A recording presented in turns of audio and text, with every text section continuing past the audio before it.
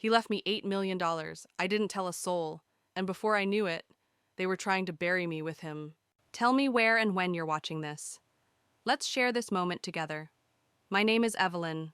I am 72 years old, and the only thing I ever truly asked for in life was peace. When my husband Harold passed away, the world I had known for over 45 years quietly folded in on itself. He didn't die tragically or violently. He simply went to sleep and didn't wake up. It was the kind of death that everyone said was a blessing, but I didn't feel blessed. I felt erased. The day of his funeral, our two children, Michael and Lauren, arrived late. Michael wore sunglasses inside. Lauren kept checking her phone. People shook my hand, patted my back, said kind things they barely meant. I stood beside the casket, dry-eyed. Not because I didn't feel anything, but because I had felt everything already. The last 6 months of Harold's life had slowly bled me dry. I had cared for him every day while our children made excuses, traveled, sent flowers instead of visits. And now they were here, whispering to each other in the corner of the chapel, discussing what would happen next.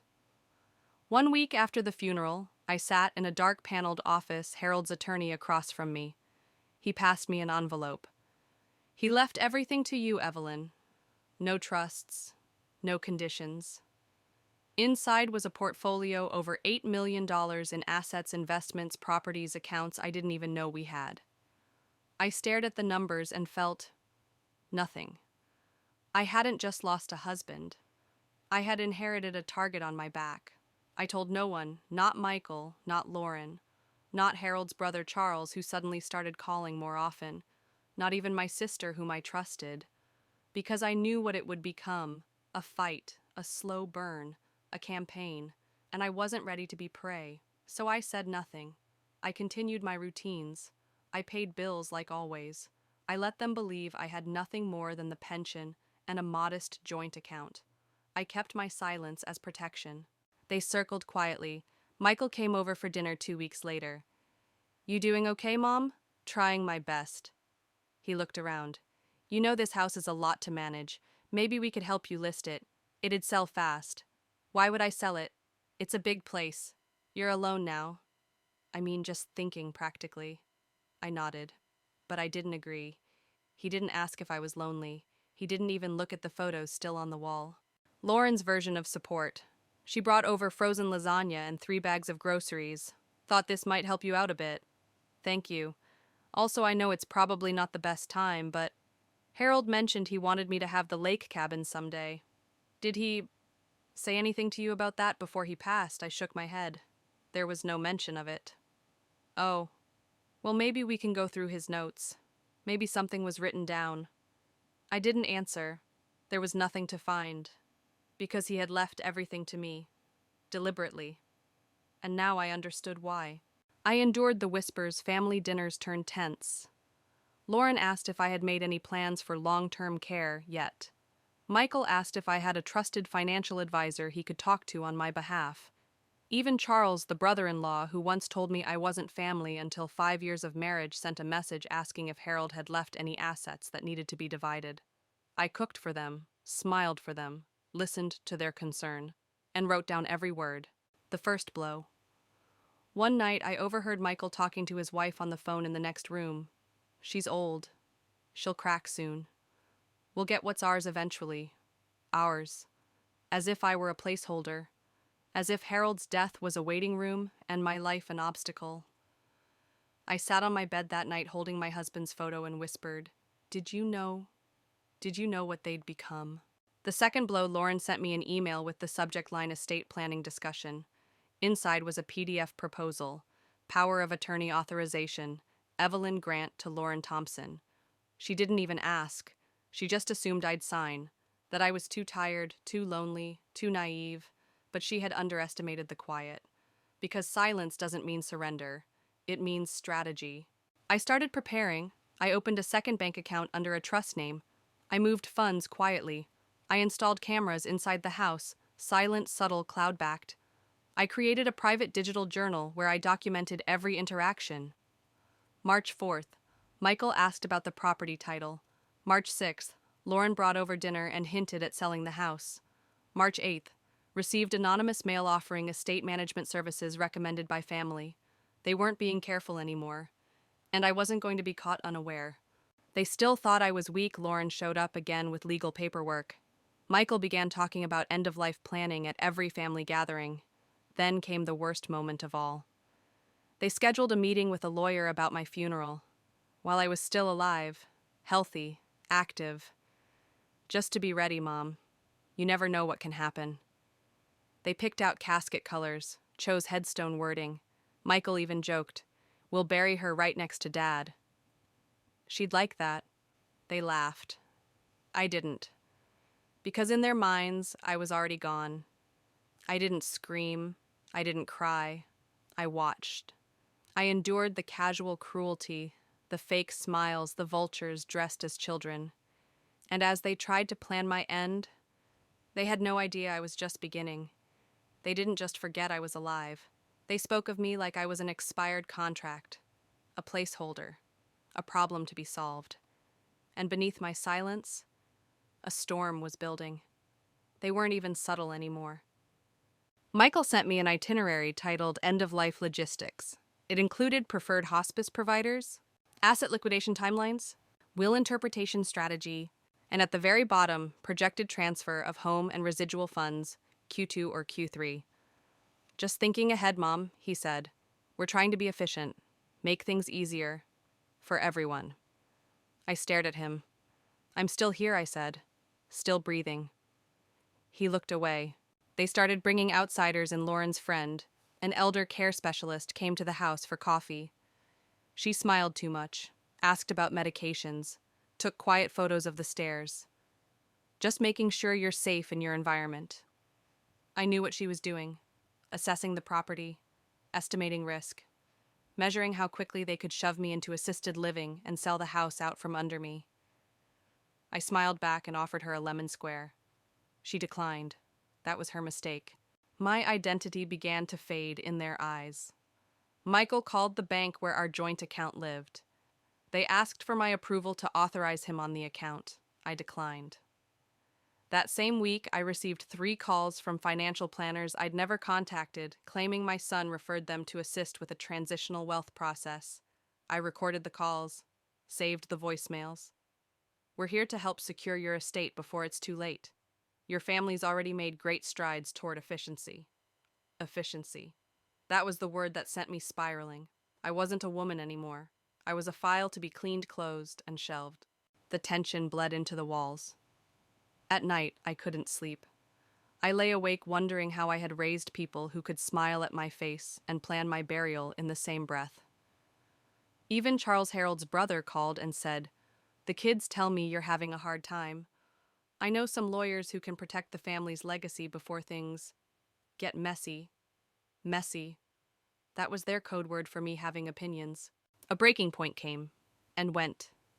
They invited me to brunch at a fancy restaurant I didn't recognize. When I arrived, the table was already set with a woman I'd never met. Lauren introduced her as Pamela, a probate specialist. Pamela shook my hand with a soft grip and said, "I've been helping families navigate uncomfortable transitions. Don't worry, Evelyn, we'll make it all seamless." I hadn't said a word, hadn't agreed to anything, and yet she already had a binder with labeled tabs, Evelyn's home, Evelyn's assets, Evelyn's burial plans. I stood up. "This meeting is over." They looked stunned. "Mom, don't be difficult." "No," I said, "don't be disgusting." And I left. After that, the mask fell off. No more sweet phone calls, no more casseroles. Instead, messages like, "If you won't let us help, don't blame us when it's too late. You're being selfish. This isn't about you, it's about what Dad would have wanted." Michael even sent me a PDF titled Legal Guardianship for At-Risk Seniors. They were preparing to have me declared mentally unfit, to steal what hadn't even been offered. I turned my frustration into fire. I called my lawyer, expanded the documentation, added layers of legal shielding. I visited my doctor, requested a written evaluation of my mental and physical fitness. I made 2 copies, filed them with the county, sent one to the lawyer. Then I began writing letters. Not to Michael or Lauren, but to the community, to organizations that needed support, to hospitals that needed better end-of-life care. to scholarship funds for women in tech like Lauren once pretended to support. I pledged the money, quietly, legally, irrevocably, so when they came for the fortune, there would be nothing left to steal. But the part that hurt the most was realizing they never loved me beyond what I could offer. They didn't remember how I stayed up with them through Fever's Heartbreaks college essays. They didn't remember that it was me, not Harold, who held the family together when we nearly lost the house in 1989.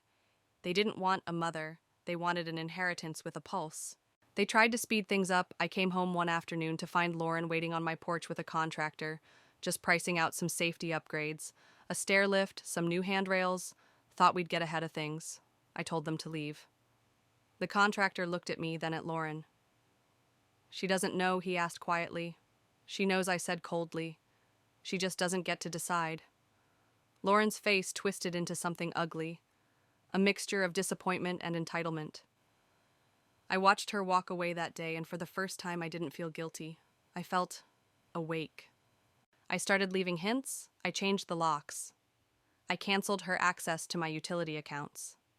I stopped responding to messages that came with just checking in and started responding only to ones that asked, "How are you today?" Not, "What have you decided? Are the papers signed?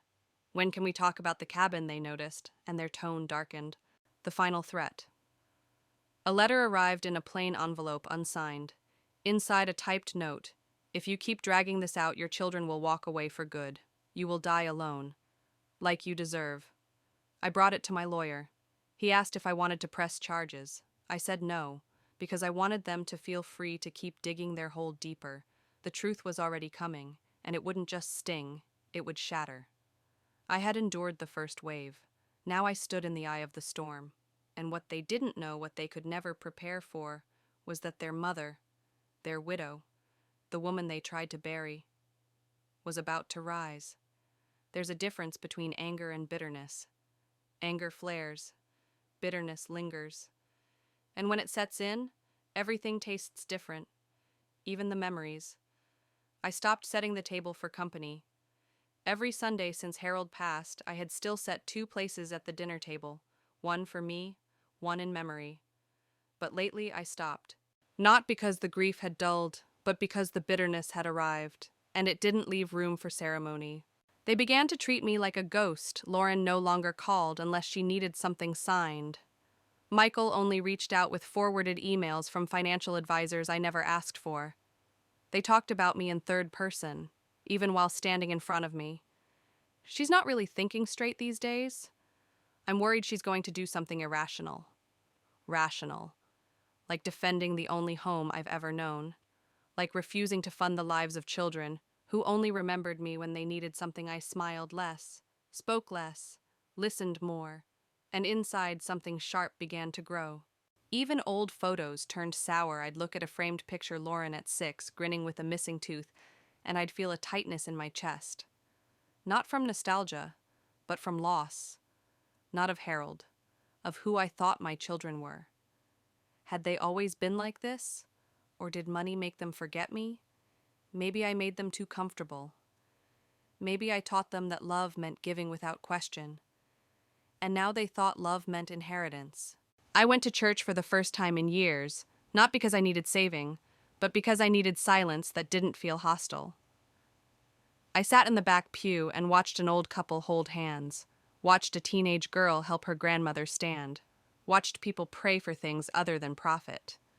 It reminded me that not every bond was transactional, that there were still people who gave without expectation, that maybe I wasn't the problem.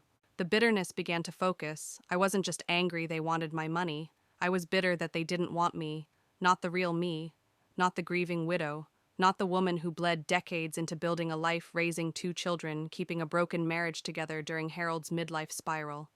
They wanted the version of me that quietly died with Harold, the compliant version, the silent wallet.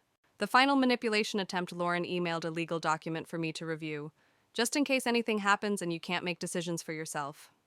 The file name, Advance Directive, Evelyn Guardianship.tdf.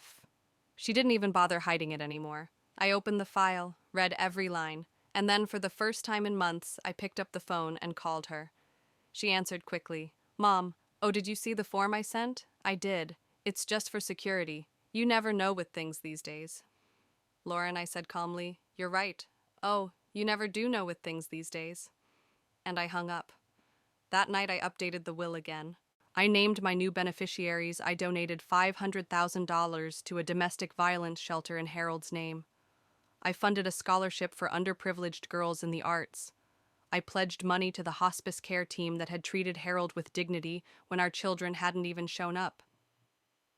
I gave not because of vengeance, but because someone deserved to feel loved when they needed it.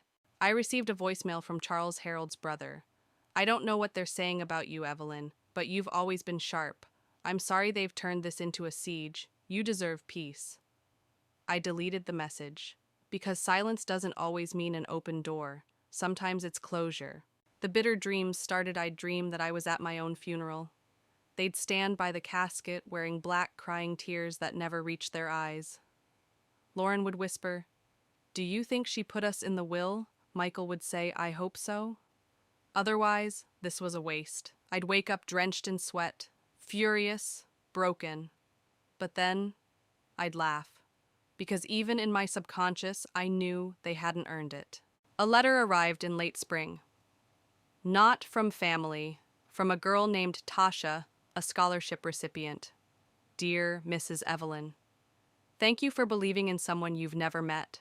I want you to know I won't waste this. I will study hard. I will make this worth something. My mom cried when we opened the letter. She said it's the first time anyone chose us. Now I know what it feels like to be chosen. Love, Tasha. I cried for the first time in weeks, not from pain, from recognition. I sat with Harold's photo one more time. You were right to leave it to me, I whispered. But what they did after, that part hurts. I didn't need him to answer. The silence was enough, because I knew if he had seen what they'd become, he would have rewritten the will too. I used to think grief was the heaviest burden, but I was wrong. The heaviest burden is surviving betrayal from the ones you gave everything to. But now I wasn't surviving. I was transforming. And the bitterness that once choked me was now fuel for the truth I was about to release. They thought I was slipping, fading, easy to manage. But while they plotted, I simply observed. Because when you stop reacting, people reveal everything. I made myself small on purpose. I returned fewer calls, skipped birthdays, let texts go unread. When Lauren asked why I missed her daughter's recital, I said I wasn't feeling well. When Michael complained I didn't respond to his emails about important legal forms, I said I'd been resting. I played their game, quietly, patiently. Because I knew something they didn't. People get sloppy when they think they're winning. I watched them circle. Michael began speaking to my neighbors, pretending to check in on me. She's a bit forgetful these days, right? Leaves lights on, forgets appointments. One neighbor mentioned it casually to me. I thanked her, then called my lawyer and updated my medical records on file. Lauren, meanwhile, began showing up with helpers. A nurse one week, a home organizer the next, all unsolicited, all looking around too closely. I had cameras installed, quiet ones tucked into picture frames, light fixtures, even the bird feeder outside. I watched as Michael entered my home when I was away using the key I'd forgotten to deactivate. He opened drawers, took pictures of files, whispered on the phone, "Yeah, still nothing. No deed, no will. I think she's hiding it." I had the entire conversation recorded. Then came the bold move. Lauren scheduled a consultation with a lawyer behind my back. She told him I was mentally unfit and likely to harm herself or others. She claimed I'd stopped bathing, forgotten names, was paranoid. The lawyer sent a standard inquiry to my primary physician, who promptly replied, "Evelyn is sharp, independent, and mentally sound." The attempt failed, but the intention was noted. I updated the will again, not the structure, just the tone. I wrote a personal letter to accompany the legal document. In it, I explained everything. To anyone reading this, know that I did not die confused. I did not forget. I saw it all, every maneuver, every manipulation. And I chose, with a clear and present mind, to leave my legacy elsewhere. Because a legacy is not just money, it is memory. And some of you chose to bury me before I was gone. That letter was stored with my lawyer, and a copy printed on thick paper was sealed in an envelope and placed in my safe. I stopped cooking for holidays. For decades, I'd hosted Thanksgiving and Christmas. This year, I didn't. When Lauren asked why I replied, I figured you'd want time to make plans for my estate. She didn't respond. Michael sent an email titled, "Concerning your behavior lately." I didn't open it, because I already knew what it said, and I was done justifying myself. Then came the final play. I invited both of them to dinner. No spouses, no kids. Just the three of us like it used to be when they were young and couldn't reach the stove. I made their favorite dishes, baked chicken with rosemary, garlic potatoes, lemon pie. They arrived with cautious smiles. We ate, talked, laughed briefly. Then I set down 2 envelopes. They looked at them like they were landmines. "These are copies of the will," I said. "It's not final yet, but I thought you deserved to see where things stand." Michael's hand twitched. Lauren looked pale. They opened them, read silently. Then together they realized their names weren't there. Michael's voice broke first. "You're serious?" I nodded. Lauren tried to stay composed. "You're giving it all away to strangers, to charities, to people who didn't try to bury me while I was alive," I said calmly. "We were just trying to protect you," Michael snapped. "From what I asked, from my own judgment, from my independence." "We made mistakes," Lauren said, "but this is cruel." "No," I said, folding my napkin. "What's cruel is treating someone as dead weight while their heart is still beating." They didn't apologize. "Not really." Michael stormed out. Lauren stayed staring at the untouched pie. "It didn't have to be like this." I looked her in the eyes. "It still doesn't. But that depends on whether you ever loved me more than what I had." She stood, didn't say goodbye. The door closed behind her, and for the first time in months, I exhaled. A week passed, then 2. No calls, no messages, just silence. And I welcomed it like an old friend, because I wasn't watching anymore. I was ready. I saw them. Not just what they did, but who they became when they thought I had no power. And now, they had seen me. Not the mother, not the widow, but the woman who had always been in control, just too kind to show it. There's a moment when silence breaks not with a scream, but with clarity so sharp it cuts through every lie. And when it finally came time to speak, I didn't raise my voice. I just let the truth do the talking. The letter I sent them changed everything. 1 week after our dinner, I sent both Michael and Lauren a letter, not digital, not typed, handwritten, in the same cursive I used to write their birthday cards when they were children. It said, "There was a time when I believed love was unconditional, that no matter what my children did, they would always have a place in my life and in my legacy. That time has passed. I gave birth to both of you. I raised you. I stayed up through your sick nights and sat through your heartbreaks. I missed promotions to pay for your college. And in return, when your father passed, you tried to bury me with him. You planned around my death. You counted my money. You watched me like a dying investment. And for that, you've earned exactly what you gave nothing." They responded within hours. Michael called first. I didn't pick up. He left a voicemail. "You're overreacting. You're misinterpreting everything. I was just trying to help." I replayed it twice. He never said he was sorry, Lauren emailed. The subject line, "Please, Mom." Inside, I understand now. You were testing us. I failed. But can't we talk about this before you make it final? Can't we try again? I closed the email and made an appointment with my attorney to finalize everything. I gave the story to the lawyer, unedited, the documents, the video footage, the voicemail recordings, the emails, even the note Lauren wrote pretending to be from a medical provider. My attorney, a sharp woman in her 50s named Cassandra, read every word. When she finished, she said, "This is airtight. Not just the estate, but your defense. If they contest this, we'll bury them in truth." We both smiled. "Figuratively," I said. "Of course," she replied. The final copy of the will was released. To be clear, I was still alive, but Cassandra, at my request, mailed copies to Michael and Lauren marked "Informational, for your reference only."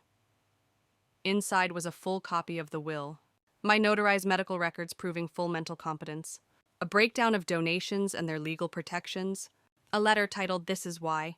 That letter included direct quotes from their messages, footnotes with timestamps, screenshots of estate planning proposals they had written before my husband's body was even cold. They tried damage control. Michael sent flowers with a note. "Let's not let money destroy a family." Lauren sent a voice message. "I was scared. Losing Dad, I panicked. I thought planning was love. I see now that it wasn't. Too late. They had shown me who they were when they thought I had nothing. I believed them then, and I still do." Word spread quickly. Charles, my brother-in-law, called again. "I heard.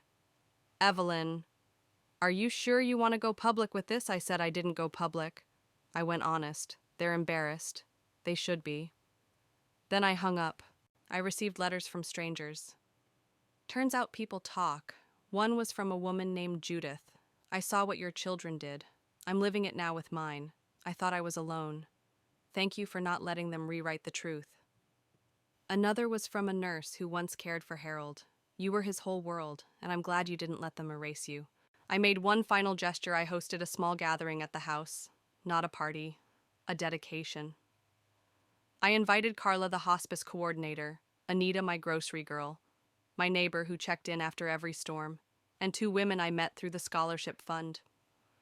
We planted a magnolia tree in the backyard, hung a small sign beneath it in memory of peace reclaimed.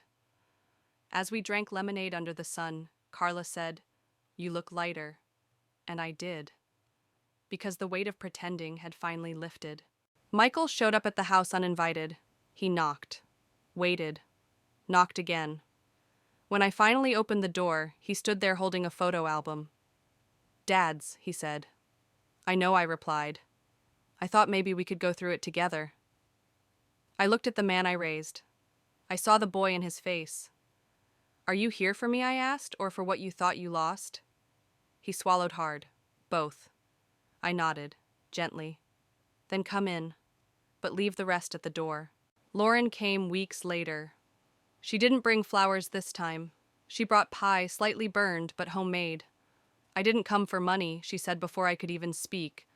"I came to say I'm sorry, and that I'll earn back whatever I still can." I let her stay for tea. We didn't talk about the will, just books, music, my new volunteer work. When she left, she hugged me. For the first time in years, it didn't feel like strategy. It felt like a daughter remembering how to be one. But I never changed the will, because forgiveness is one thing, but enabling, that's another. I didn't build this legacy to teach them how to manipulate better. I built it to honor the people who loved without condition. The truth didn't roar. It didn't crash through the house. It simply unfolded. And when it did, it didn't destroy. It revealed who they were, who I am, and who I refuse to become. Not all victories look like applause. Some feel like silence, like sipping tea in your favorite chair, knowing you chose peace on your terms. The house no longer feels like a battlefield. It feels like home again. I walk from room to room and no longer wonder what they're scheming behind my back. No more checking drawers, no more worrying about accidental visits, no more living in defense. Now.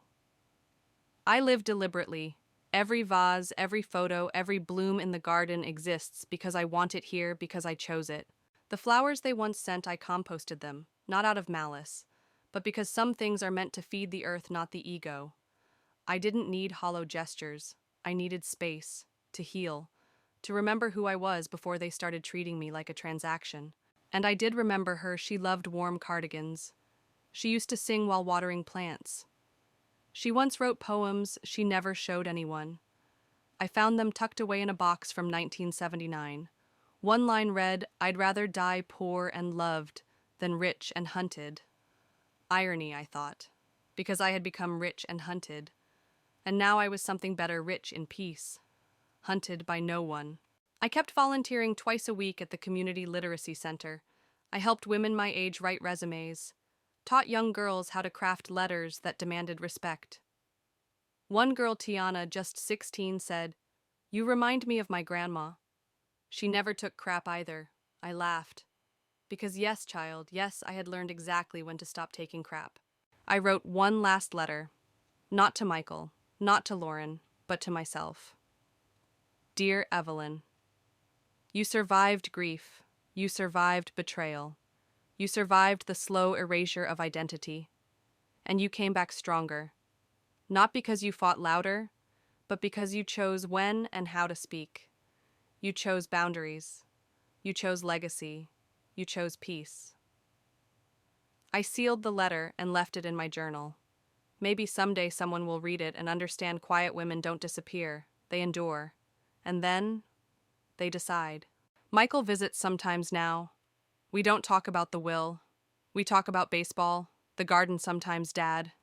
And that's enough. He helps me change light bulbs, carries heavy boxes. He hasn't asked about money since. And because of that, I trust him again just a little. Lauren brings her daughter now. They bake, they laugh. Her daughter asked once, "Grandma, why do you always write letters?" I said. "Because sometimes what you don't say out loud matters the most." And she nodded like she understood. Maybe she does. I made peace with Harold too, not in a dream, not in a graveyard, just here at home, sitting in the chair where he used to drink his coffee. "You did right, Harold," I whispered once. "You left me everything." And I finally remembered I was worth that much. The money still where it belongs. In scholarships, in shelters, in free clinics, in community gardens and after-school music programs, in places that grow, not just consume. Every time I see a newsletter from one of those places, I smile, because my legacy won't be measured in tombstones or inheritance. It will be measured in lives changed. I still think of them, my children, as mine, but not in the way I used to. Now they are adults who must earn back what they once took for granted. My trust, my presence. They're trying. That matters. But I no longer bleed for them just because we share blood. I finally slept through the night.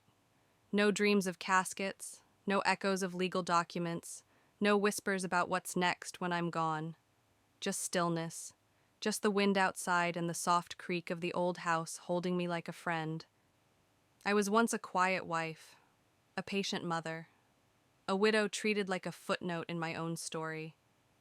I stayed silent when they planned around my death, when they buried me in paperwork and plotted what to take. But I rose, and I didn't need $8 million to prove my worth.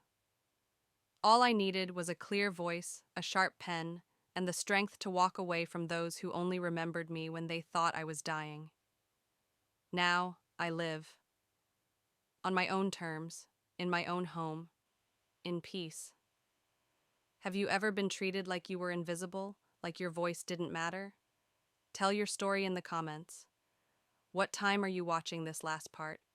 And where are you? Let's connect through the quiet strength we share. Thank you for being here, for listening, for remembering that sometimes the strongest women say nothing until it matters.